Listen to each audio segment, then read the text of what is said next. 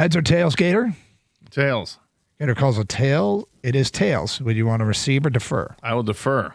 All right, Doug, here we go. Yep. I'm glad you get to start with this one because you hate this story so much. Yep. The biggest story this week in the NFL seems to be that Bill Belichick will not get voted into the Hall of Fame his first time eligible.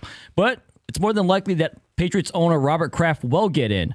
There's a Yahoo Sports story that suggests that maybe Kraft, even though he accepts the honor for the Hall of Fame, he waits a year to be enshrined so he could be enshrined at the same time as Bill Belichick. Should Kraft actually do this and wait for Belichick? So he can do that. The rules are he can defer Well, his enshrinement. he can accept the enshrinement's like the ceremony part. He can defer the enshrinement for a year.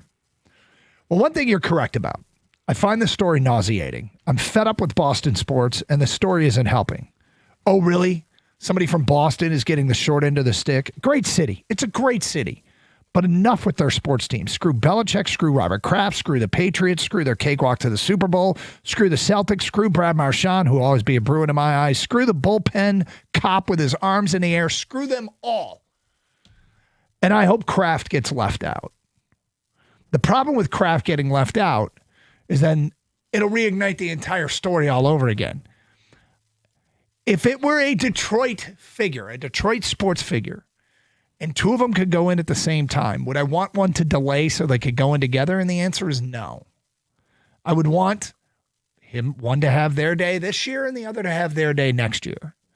But at the end of the day, I'm nauseated with this story. I've had enough of this story as well. The coverage yesterday was just disgusting. It was literally nauseating, and I had to turn it off and watch, farmhouse fixing in Toronto, for crying out loud. That's how bad things got. I'm just tired of it. However, the advice I would give to Bob Kraft, if he were to be lucky enough to be enshrined this year, is take it and don't wait, don't delay. Tomorrow is promised to nobody, and it's not like Kraft is getting any younger. Just enjoy the time. Plus, if you do get in ahead of Bill Belichick, then you have the forum and the opportunity to voice your opinion of how disgusted you are with the Hall of Fame that they wouldn't induct Bill Belichick as a first ballot Hall of Famer. So that's the way I look at it. I actually think it would be really cool. I mean, like, if we want to put it locally, like if, the Going to Work Pistons all went into the Hall of Fame at the same time, Datsuk and Zetterberg, things like that, I think would be really cool. And also, it would be a great way for them to bury the hatchet. They've got some issues the last couple of years, especially the way things ended there. I think that'd be a great way to be like, you know what?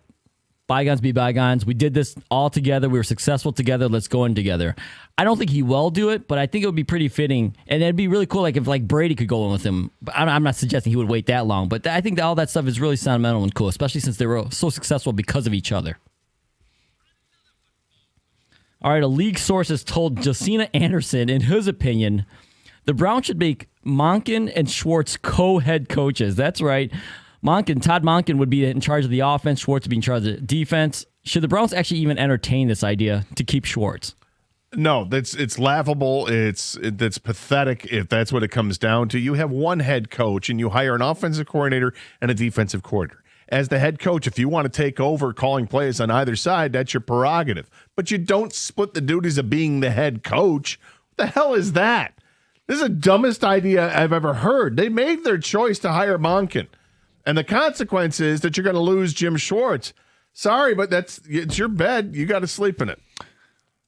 I think it's a great idea for the Cleveland Browns because I want to sit back and watch. The idea, first of all, knowing Schwartz the way we do, I feel like Schwartz would be likely to get into an argument with Monken on the field if they had co-head coaching duties. Does Schwartz seem like a kind of guy that would be good at splitting these duties? You might have a Kevin Gilbride, who was the Buddy Ryan situation. Yeah. Sure, Browns, do this.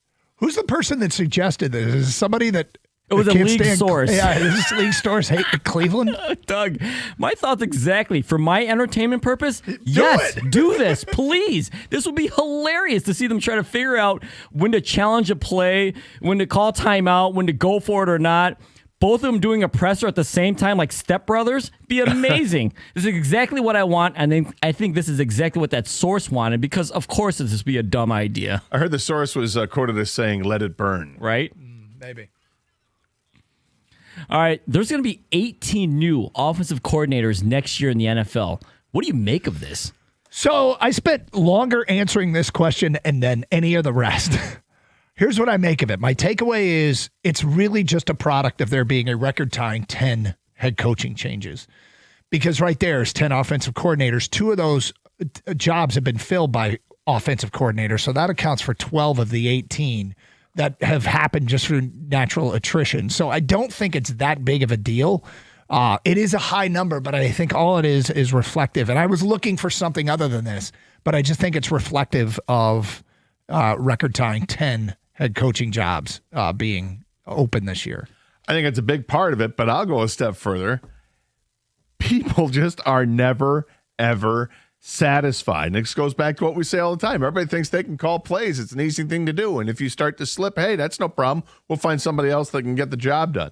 But by and large, I agree with you. I think when you have 10 openings in a season, that means that you're going to get 10 new offensive coordinators. You already talked about some of those guys that got the head coaching job were offensive coordinators. Well, when you're pulling offensive coordinators, you're also pulling people away from other people's staffs. So it's just this overhaul of coaching staffs you have throughout the league. 18 seems like a lot, but then when you look at the 10 openings, you can understand why. This is an offensive league, guys. It has been for a while, and it's going to continue to be an offensive league. I think the best chance of getting a head coaching job is to be an offensive coordinator, but also that position opens itself to be fired because people are never satisfied with the offense. So much focus is on the offense. That's why these guys I think they're more likely to get fired than the defensive coordinator. Like as a defensive coordinator, if you're like middle of the road, I think you could keep your job. If you're middle of the road offensive coordinator, people want your head on a chopping block because you didn't score enough points. So I think the high turnover rate, of course, is because of the openings of all the head coaching positions, but I think the offensive coordinator, he brings that upon himself, that role. And then when you want to promote a guy, what's the most important position on the field, guys? It's quarterback. How do you keep the quarterback happy? Offensive coach, offensive coordinator. So I think that's why there's so many new offensive coordinators, and I think it's going to continue. All right, Phillip Rivers, he interviewed for the Bills head coaching vacancy this year. He didn't get it, but it got me to thinking, what current player right now do you think is destined to be an NFL head coach?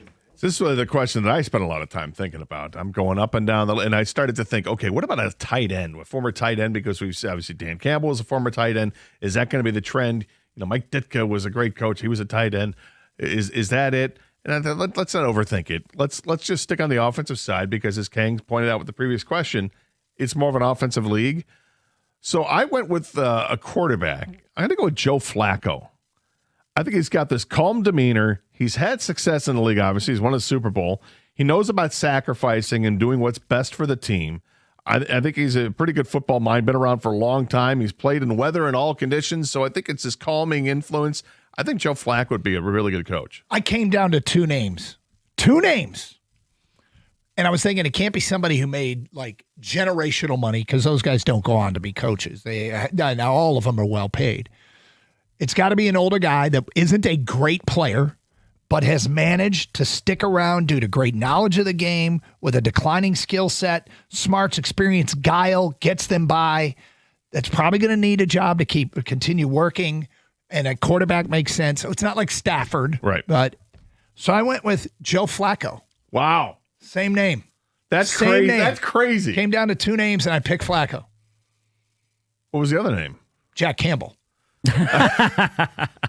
So, as I previously said, this is an offensive league, guys, so I immediately went to the offensive side of the ball. And just like you, Doug, we're on the same wavelength here. I went to the quarterbacks, but it cannot be a good quarterback. It's got to be a crappy quarterback, a backup quarterback. So I went down the backup quarterback list, like, Kevin O'Connell type guys, right? Like, who is going to be a coach because he couldn't make it on the field, but he can actually teach it. But then I saw one guy that stuck out, and he wasn't that bad. It's Teddy Bridgewater. He was actually a coach in Miami, left the NFL to coach high school, took him to the championship, came back to the NFL. I think he's going to be a head coach one day. He might have to go through the, up the ladder, be an offensive coordinator, to be even a quarterback's coach before that. But eventually, I think he becomes an NFL head coach. So I'm going to go with Teddy Bridgewater. All right. Bridgewater.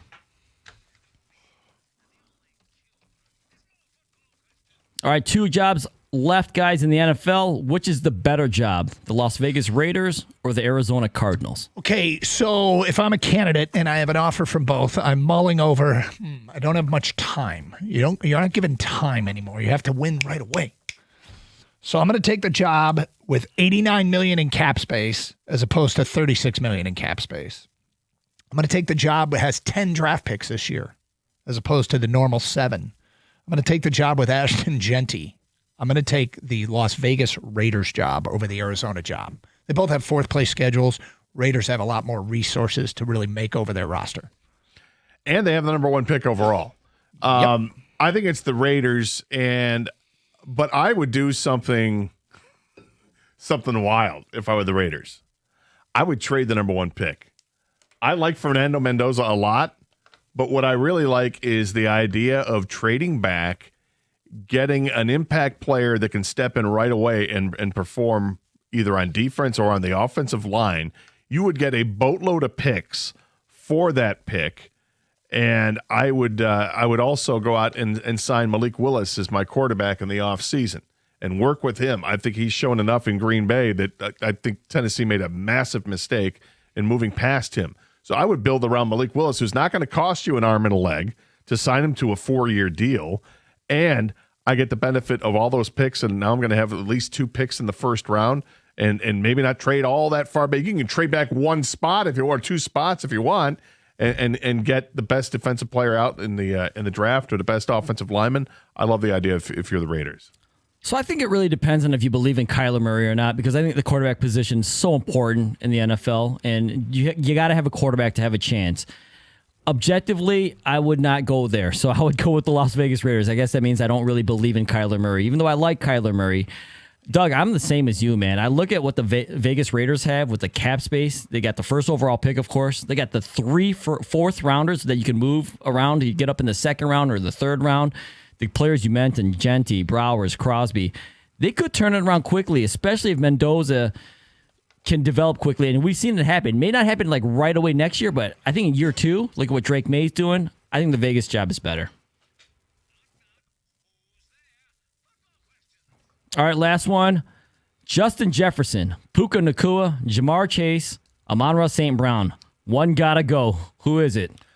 This is so tough. There's some good receivers there. I mean, obviously, these are maybe the best 4 receivers in football, and I think 2 guys do 2 things spectacularly well, and the other 2 guys do something spectacularly well, and not necessarily all the same. You got 2 deep threats with Jefferson and Chase, the 2 LSU guys. And then Puka and St. Brown are guys they're always open no matter where it is on the field. They're always open. One got to go. I'm going to get rid of Jamar Chase. And my reasoning for keeping Justin Jefferson over Jamar Chase is I feel like Justin Jefferson's had to do it with a number of different quarterbacks. Jamar Chase looked lost without his quarterback. So I'm going to boot Jamar Chase from the foursome. All these guys are 26 or younger. Like, that's the other thing, is they could all be here for a while. Jefferson's had a developmental quarterback, and his numbers aren't where they could be. And if I'm looking for a way to separate everybody out, I'm going to take the guy who only had 2 receiving touchdowns this year and about half as many catches for first downs, and that was Justin Jefferson. It might not be fair because of his quarterback situation, but that's where I'm going. Yeah, I mean, I'm not going to criticize either one of you guys. I mean, it's a tough one. These are 4 elite receivers in the NFL today. This is tough. It's super tough. In the end, I got rid of Amon-Ra St. Brown, man, and here's the reason why. Justin Jefferson and Jamar Chase have the big play explosiveness that I really appreciate in a receiver. And I think Justin Jefferson is actually the best pure receiver of the bunch. He just had the worst quarterback situation. And then it came down to between Puka Nacua and Amon-Ra St. Brown. I think Puka's a bigger Amon-Ra St. Brown. He's just a stud, and he's a lot bigger, like I said. So I think they do similar things, but he got a little bit more over-the-top ability. So I'm going with Puka. It sucks, but ASB's the one out for me, man. And there it is. That concludes the Wide 9 Omaha 4 Down Around the League Blitz thingy.